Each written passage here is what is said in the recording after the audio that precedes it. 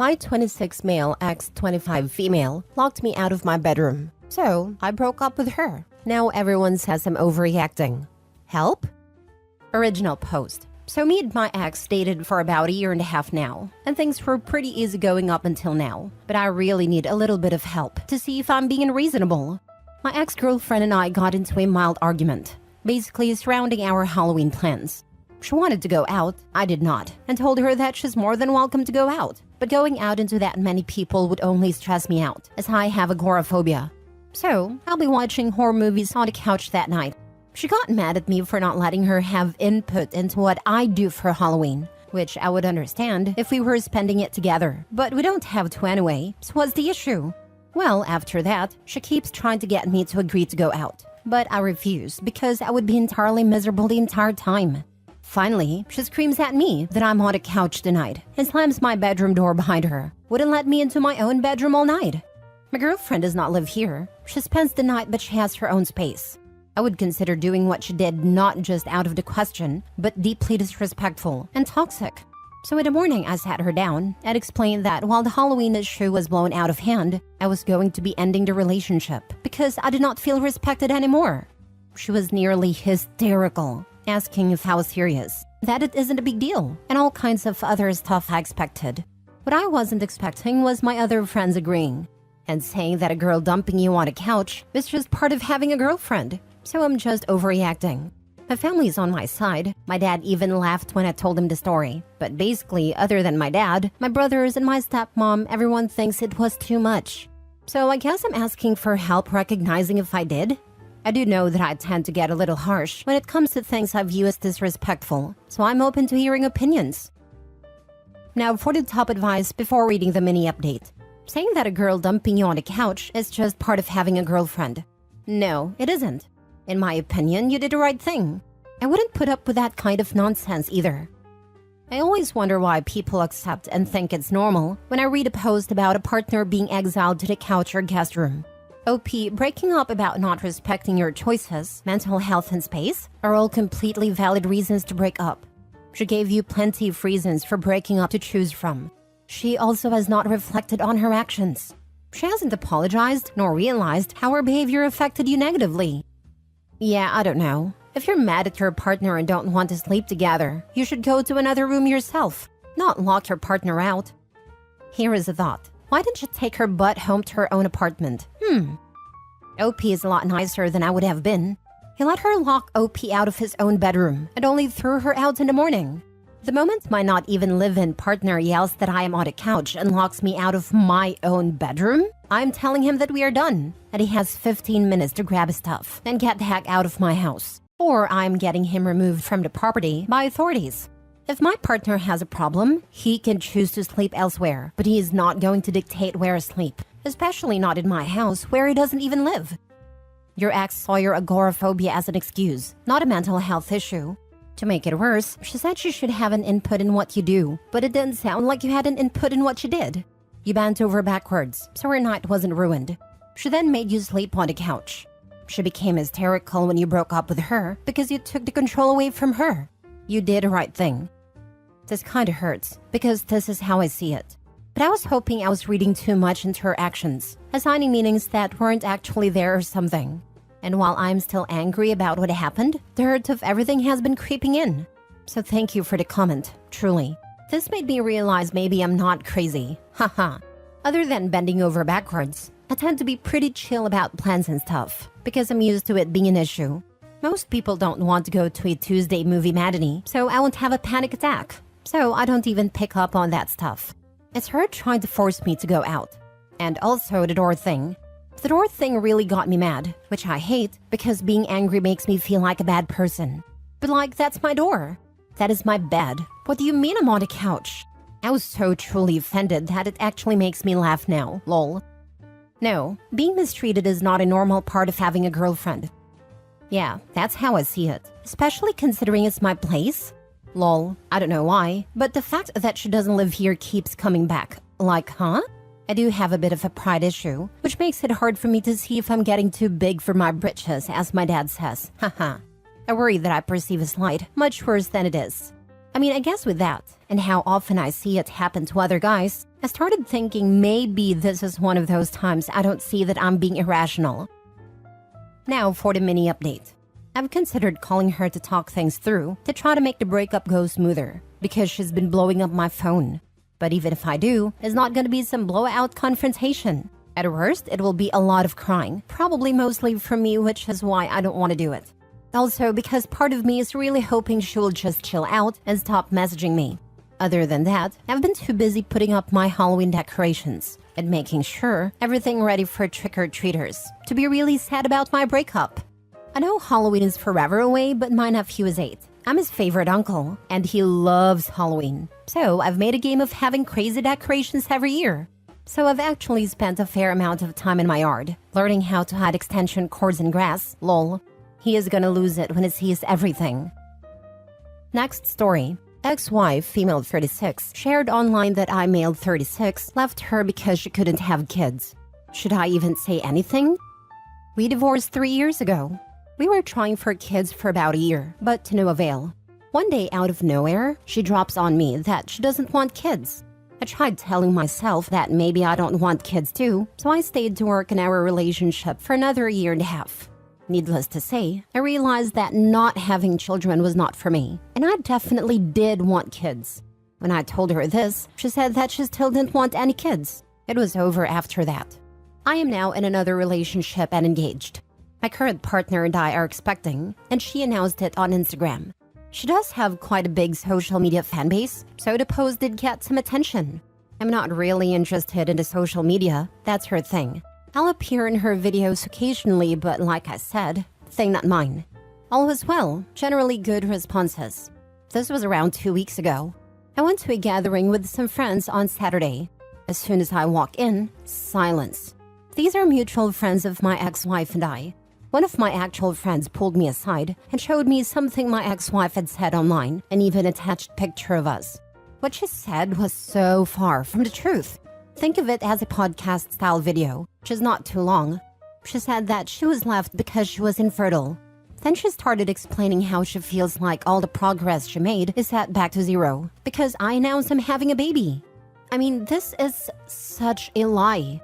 She does have a low fertility rate, that part is not a lie, but I did not leave her because of that. I was very into exploring other options, but she did not want to and wanted to be a dad. We were incompatible at that point, that is why I filed for divorce. I prefer to keep all of this offline, so when I'm asking should I say anything, I'm asking if I should say anything directly to my ex-wife. I was thinking about 1, asking her why she would lie, and 2, asking her to tell the truth, which might not happen but might be worth a shot. Buddy, don't even worry about it. If she wants to tell lies, let her do it. You will keep your sanity by blocking her completely and focusing on your new baby. I don't even follow her. I might just tell any mutual friends that have an issue that this is not what happened. And if they don't want to believe it, then that's on them. Just tell them she isn't infertile. She didn't want to have kids. I did, so we divorced. Don't respond to her directly, as she wants attention and drama. Seeing you have moved on and no hope for her to get you back is what brought this on. Kill it with kindness too. Well, she's clearly going through something right now, so I want to respect that. I wish her all the best. Then drop it. Any of the mutual friends that automatically take her side is just your acquaintance and not a friend. Tell your friends your side if they ask or mention it. Other than that, live your best life by ignoring her. The mutual friends mainly consisted of the spouses of my actual friends. When I was married, my ex-wife and I were very close with 3 other couples. I'm best friends with 2 other guys, and their wives came to be really good friends with my wife. The other couple was originally friends with my wife, but they meshed really good into our group. So out of the 6 people in there, excluding myself and my ex-wife, I would say that I'm very close with 2 of the people, while the other ones are closer with my wife, or just neutral between the both of us. I would only bother setting the narrative straight to those that actually reach out to you for clarification.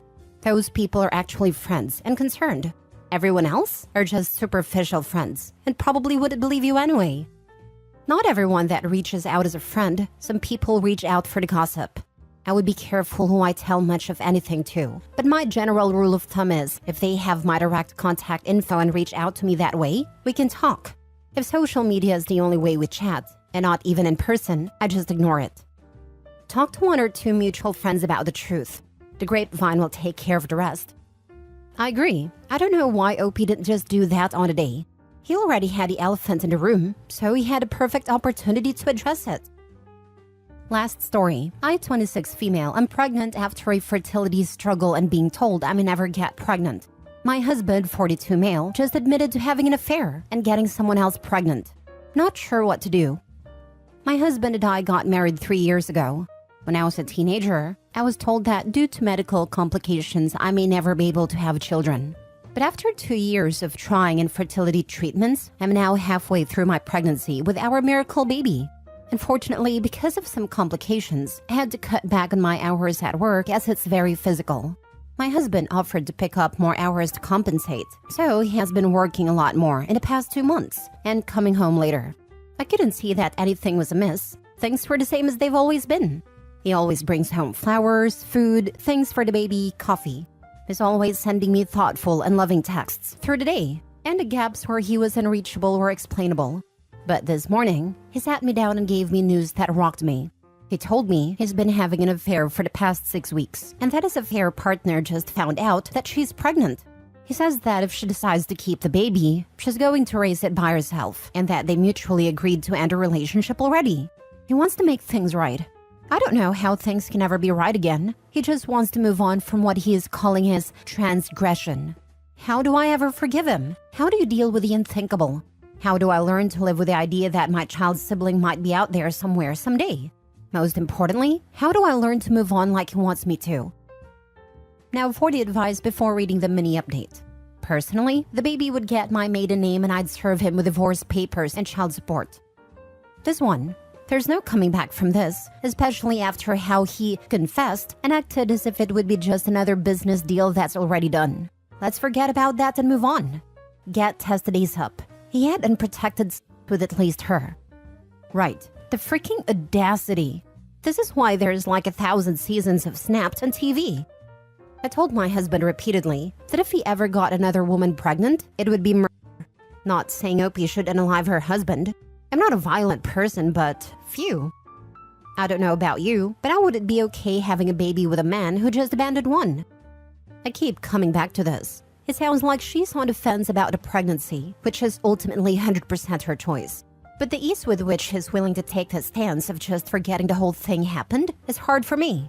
I'm more than halfway through my pregnancy, 23 weeks, so I'm in a different position.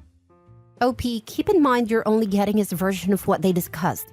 She could have literally told him that she's keeping the child, and you don't know that. But what you do know is that he is telling you to your face that he's going to abandon that child. But he can't just abandon that child if she comes after him for child support at any point. Then he's on the hook because they will order a DNA test. I should strongly suggest you speak to a lawyer and find out what your options are. He's lied to your face stone cold for at least 2 months if not longer, and you've never noticed it. So the question starts now. What else has he done? And what else is he hiding? Because if you forgive him going forward, then what happens when you find out that he didn't tell you the whole truth? Or she comes into the life that you two have rebuilt and wants him in the life of her child that they had together? I definitely consult a lawyer, especially about getting in your child support claim first.